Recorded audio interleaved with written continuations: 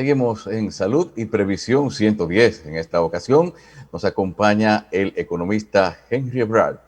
Muy importante tener en cuenta lo que es el factor económico para la sostenibilidad del sistema de salud subsidiado y contributivo.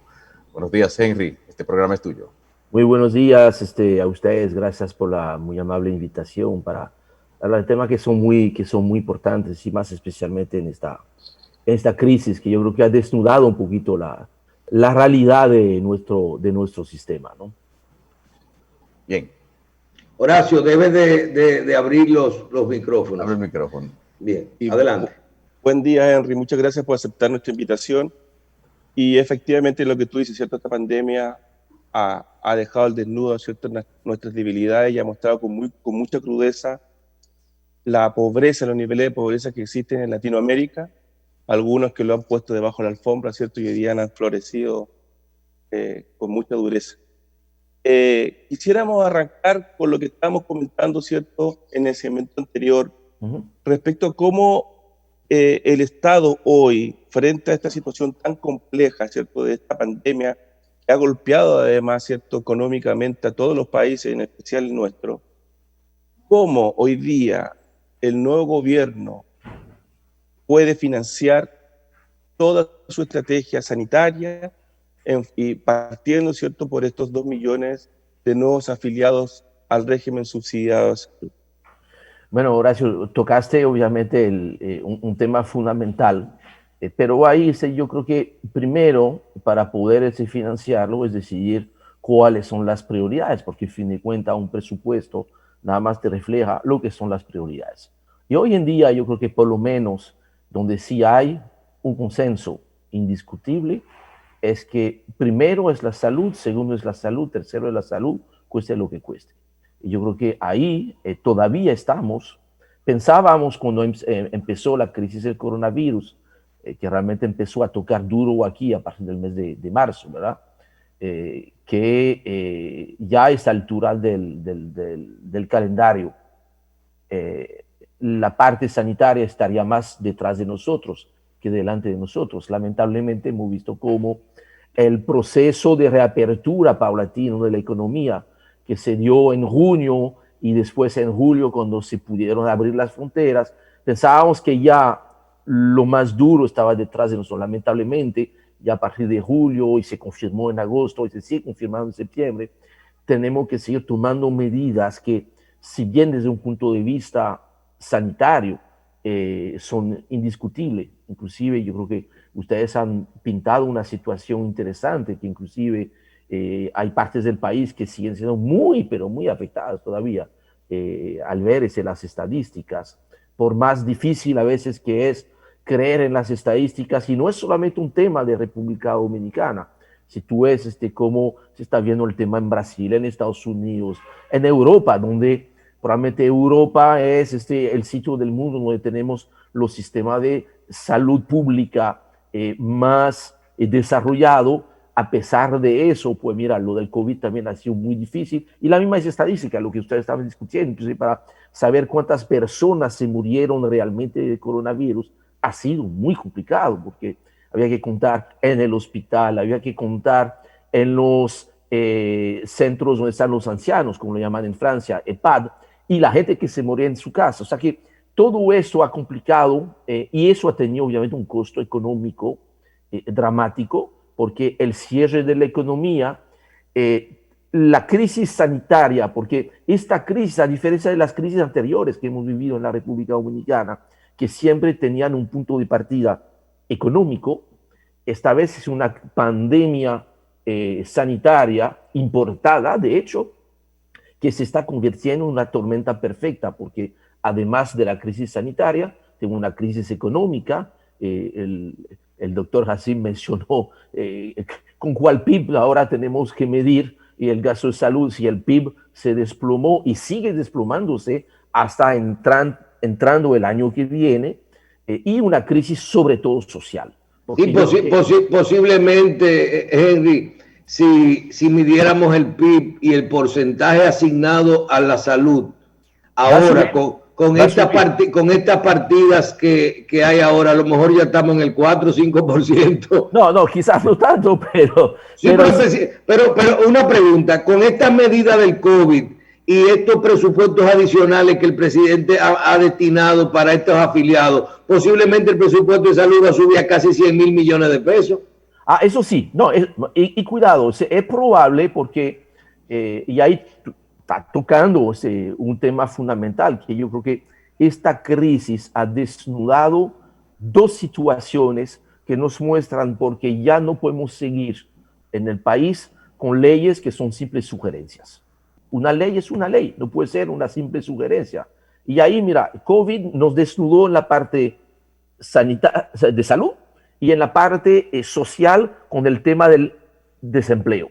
Veamos, la Ley de Estrategia Nacional de Desarrollo, que es del 2012, no es una ley tan vieja, es una ley.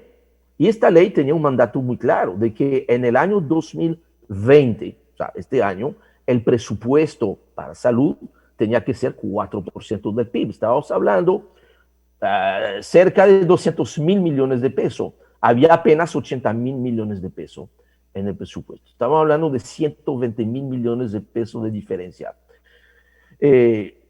Obviamente es muy fácil ahora rebobinar la película, tratar de ver qué hubiese pasado si se hubiese hecho esto y eso y lo otro, pero es cierto que la inversión tan insuficiente en el sistema de salud ha hecho que obviamente el impacto de la pandemia en la República Dominicana ha sido probablemente mucho más duro y más difícil de manejar por la insuficiencia del presupuesto de este y de los años anteriores. Pero al mismo tiempo, la Ley de Seguridad Social, con todas sus imperfecciones, pero también con todo lo que ha permitido el hecho de tener una Ley de Seguridad Social, había un mandato que nunca se cumplió en esos 20 años, porque ya se hizo una ley más vieja que la Estrategia Nacional de Desarrollo, que era el seguro de desempleo. De haber implementado el seguro de desempleo, todas esas situaciones tan dramáticas que tenemos.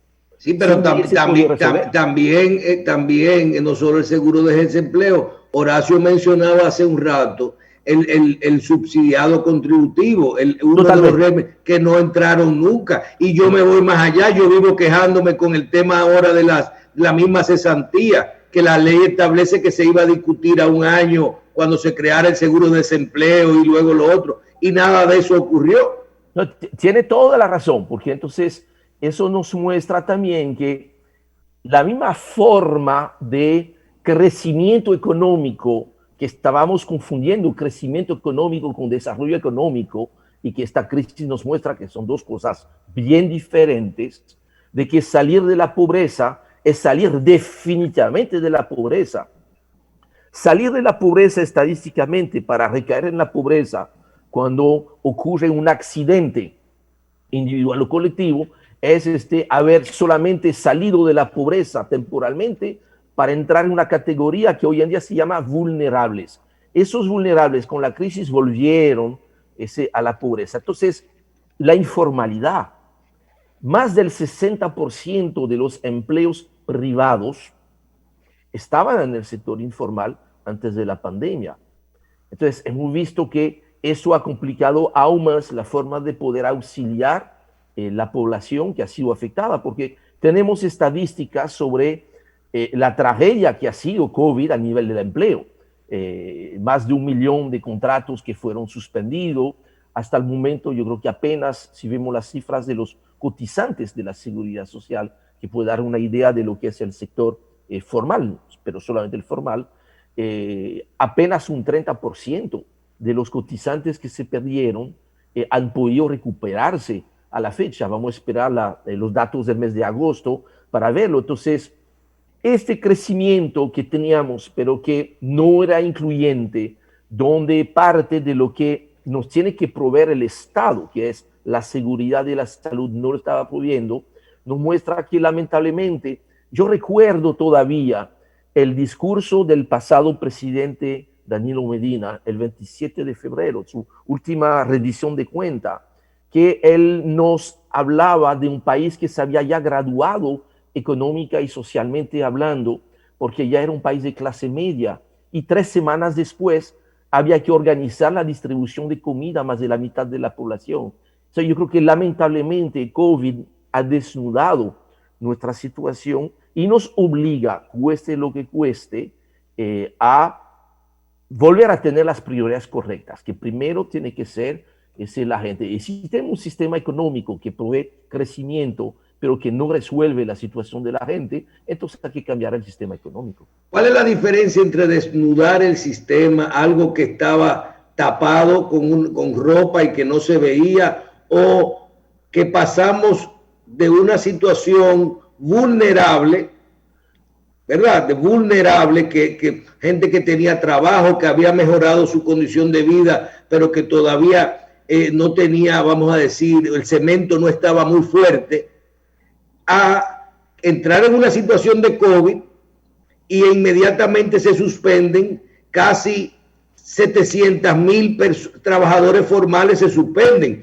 Cualquiera se desnuda cuando te suspenden del trabajo, ¿verdad? Háblame de esa diferencia entre se desnudó la economía y pasamos por el tema del COVID y la suspensión de las actividades económicas, todos esos trabajadores formales, los emprendedores, este es un país con mucha gente vulnerable que hacen economía informal. Toda esa gente se quitaron la ropa el mismo día.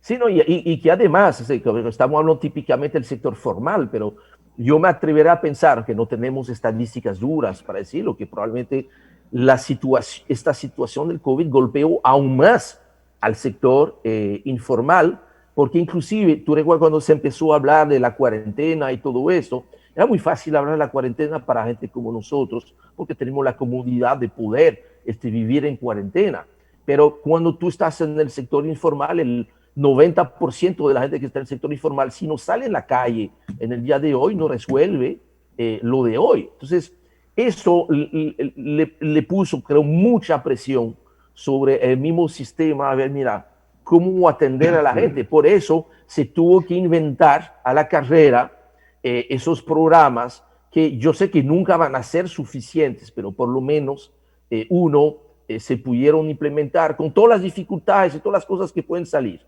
Fase 1, fase 2, para ti, quédate en casa. Ya tuvimos la tranquilidad de que esos programas, bueno, tranquilidad de un lado, porque obviamente asegura que la gente vulnerable va a seguir recibiendo una ayuda del Estado, preocupación al mismo tiempo, porque te dice que entonces no hay esperanza de que a corto plazo mejoren la situación si se ha planteado proseguir con todos esos programas importantes hasta por lo menos final del año, que es lo que se puso en este presupuesto complementario, con todo el dinero que eso representa, porque esos programas se puede estimar que representan entre 15,000 a 20,000 millones de pesos mensual. Y fíjate, Miguel, tú estás hablando de que el incremento del presupuesto de salud, producto de la pandemia, el capítulo salud solamente, probablemente esté entre 20,000 y 25,000 millones. Los programas asistenciales, que son tan vitales para que la gente no se muera de hambre, están costando al Estado entre 15,000 y 20,000 millones de pesos mensuales. Y esto había que, obviamente, mantener esos programas y cuidado. Yo no sé en el presupuesto 2021 cómo se va a hacer, cómo se va a incorporar, pero yo no me sorprendería de que algo de esos programas, bajo cierta modalidad, con montos eventualmente diferentes, inclusive el nuevo presidente, ha prometido incrementar las transferencias monetarias, eso va a tener que seguir de una u otra manera en el 2021. Henry, al respecto, escuchaba muy atentamente. Todos estos programas, ¿cierto?, en general van en ayuda a la sociedad, ¿cierto?, la clase más vulnerable. Pero la clase media es la que está hoy día sufriendo un embate bien duro. Sí. El retiro del 30% de las AFP, a tu juicio, yo conozco muy de cerca el caso chileno, ¿no es cierto?, y los efectos que hubo con el retiro del 10%. Quisiera tu opinión, porque uno quisiera comparar, ¿cierto?, con el modelo chileno, pero nosotros el PIB, lo que representa, ¿cierto?, los fondos previsionales de pensiones en Chile, ¿cierto?, es más del 70% de nuestro PIB. Aquí es bastante menos. Tenemos en Chile, ¿cierto?, este sistema funcionando del año 80, aquí es mucho más joven. ¿Tú entiendes que el retirar ese 30% permite, ¿cierto?, a la clase media poder hacer mejor frente y paralelamente dinamizar un poco más la economía en el país? Mira, Horacio, tocaste un tema que es muy complicado, que ha creado, por supuesto, discusiones muy pasionales, porque ahí estamos tocando la vida diaria de la gente en momentos que son muy difíciles. Primero, independientemente de que si es el 30, el 20, el 10, si tiene que ser de los fondos de pensiones o no, hay algo que está muy claro. Esta solicitud de la gente no es por capricho, es por necesidad.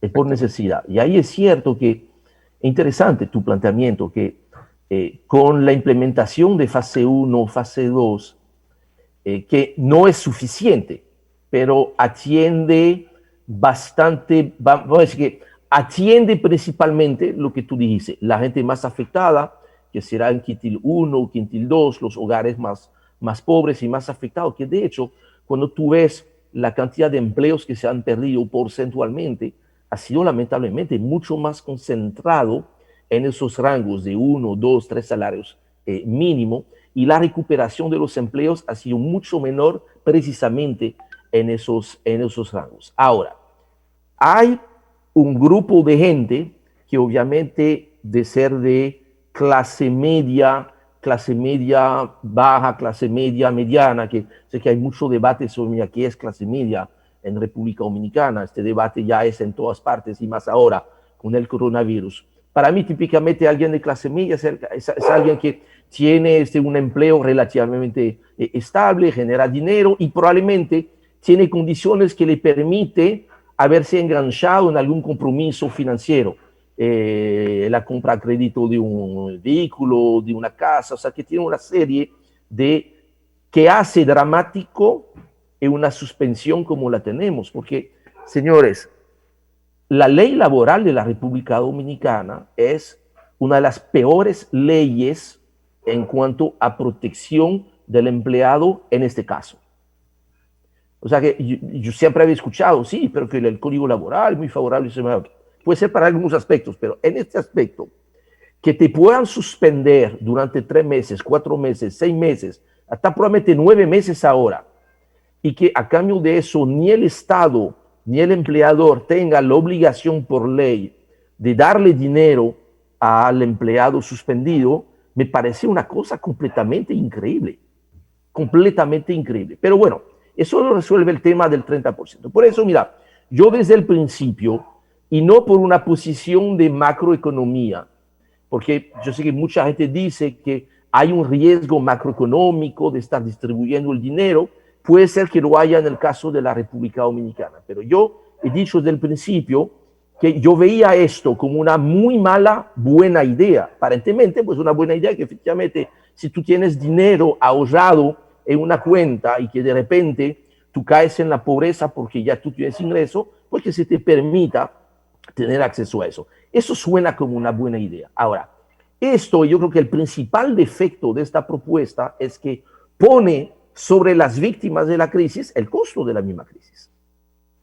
Que entonces, cuando tú le dices a la gente, mira, usted ha perdido su trabajo, no hay problema, mira, y yo no tengo por qué auxiliarlo como Estado o como sociedad, porque usted tiene unos ahorros, mira, tomen sus ahorros, quemen sus ahorros, no le voy a contemplar ningún mecanismo para después devolverle este dinero y ya. Entonces, esto me parece, y yo creo que por eso que algunas gentes pudo haberse sorprendido de ver que la misma posición de los sindicatos fue precisamente oponerse a eso, precisamente por esta razón. Y yo creo que efectivamente para mí es una razón que nos dice que el auxilio a la gente tiene que venir de manera solidaria y desde el Estado, un poco como lo que se está haciendo con esos programas. Entonces, Ahí sí, efectivamente, Horacio, alguien que tenía un salario de 12,000, 13,000 pesos, recibe un fase de 8,500 pesos, claro, todavía le falta dinero. Ahora, alguien que estaba trabajando como empleado en una oficina y tenía un salario de 30,000, 35,000, 40,000 pesos, y de repente está recibiendo solamente 8,500 pesos, eso es muy serio. No hay forma de resolver completamente este problema si no es salvando las empresas y salvando la economía. Eso es muy duro, eso es muy difícil. Lo peor que sí se puede hacer, por eso, como una generalidad, dar el 30% a todo el mundo, así ya que también se iba a dar el 30% a los que no lo necesitan. Porque la gente que sigue trabajando y que tiene su dinero, si lo va a recibir, ahí sí hay un riesgo, que eso quizás lo veamos en los países donde se ha empezado a devolver, como en Chile o como en Perú, pero en un caso dominicano hay un riesgo posible que entonces este dinero vaya a buscar, porque si se libera de esta forma, vaya a buscar, por ejemplo, los dólares. Y ahí estoy hablando de la gente que todavía está trabajando y generando ingresos, que esta gente no habría que darle la posibilidad de retirar. Mira, Henry, ese comentario que tú estás haciendo fue un dilema. En Chile fue muy discutido el asunto. Efectivamente es y fue una buena idea, pero la realidad, ¿cierto?, es cruda y esta situación nos pone a todos los países en un caso extremo. Y finalmente, ¿cierto?, se acordó y se aprobó estar en manos de esto. Pero este retiro es voluntario. O sea, en Chile no todo el mundo retiró el 30%, el que no lo quiso el 10%, el que no quiso retirar el 10% lo dejó en su cuenta y hubo campaña, ¿cierto?, educativa de alguna manera para explicar a la gente los efectos. Sí, eso sí hay una, y perdón que te interrumpa, yo creo que sí, ahí hay unas, mira, lo más parecido a un mango bañilejo es una piña de cebico porque son dos frutas. Pero no hay nada tan diferente como una piña de un mango. Son frutas, pero son diferentes. Entonces, yo creo lo mismo. Mira, hay una educación financiera, hay una relación al fondo de pensión también de amor y odio, como en todas partes, que hace que la situación chilena en este respecto, de los que te den el derecho de retirar, y probablemente en Chile mucha gente va a decir no retirarlo porque entiende que, mira, no le cae mal de que siga ahí.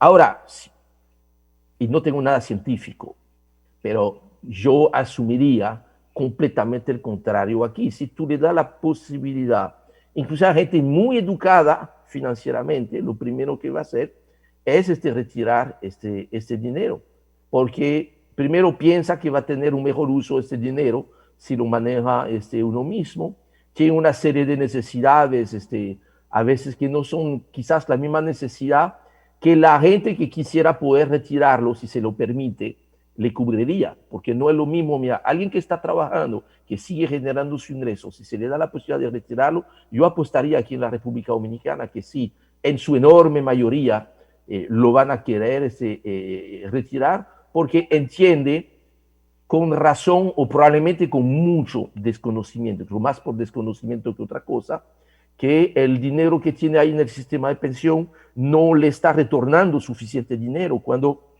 en realidad si veamos, mira, yo estaba preguntando a un amigo mío que dice, no, ya, yo quiero mi cuarto y retirarlo porque yo voy a ganar más. Yo dice, pero ven acá, lo voy a llamar Luis, él no se llama Luis, pero yo no quiero que lo reconozca, ¿no?